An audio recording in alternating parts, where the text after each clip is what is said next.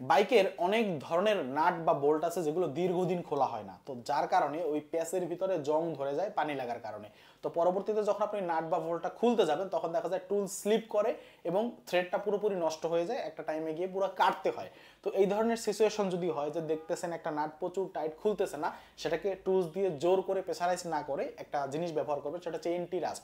মূলত WD-40 নামে একটা এন্টি রাস্ট পাওয়া যায়, WD-40 একটা ব্র্যান্ড, বাট বিভিন্ন ব্র্যান্ডের এন্টি রাস্ট পাওয়া যায়। তো ওটা একটু স্প্রে করবেন ওই নাটটার উপরে, বোল্টের উপরে, তারপরে 10টা মিনিট অপেক্ষা করবেন বা 20 মিনিট অপেক্ষা করবেন, তারপরে নাটটাকে হালকা টাইট যেদিকে হয় সেদিকে অল্প একটু টাইট দিয়ে তারপর লুজের দিকে আবার ঘুরাবেন, দেখবেন নাটটা খুলে গেছে। তাতে থ্রেডটাও নষ্ট হবে না, টুলসটাও নষ্ট হবে না, এবং জিনিসটা খুব স্মুথলি খুলে যাবে। অর্থাৎ কোনো টাইট বা অতিরিক্ত জ্যাম হয়ে যাওয়া নাট কখনো জোর করে খুলবেন না, অলওয়েজ একটু এন্টিরাস্ট স্প্রে করে অপেক্ষা করে তারপরে খুলবেন। কারণ এই নাটগুলো, ছোট ছোট নাটগুলো একবার নষ্ট হলে দেখা যায় যে অনেক বড় ক্ষতি হয়ে যায় বা পুরো জায়গাটাই ড্যামেজ হয়ে যায়। এজন্য এই ব্যাপারে সতর্ক থাকবেন, বিশেষ করে বাইকের নাট বোল্টগুলোতেই এই সমস্যা বেশি দেখা দেয়। Thank you.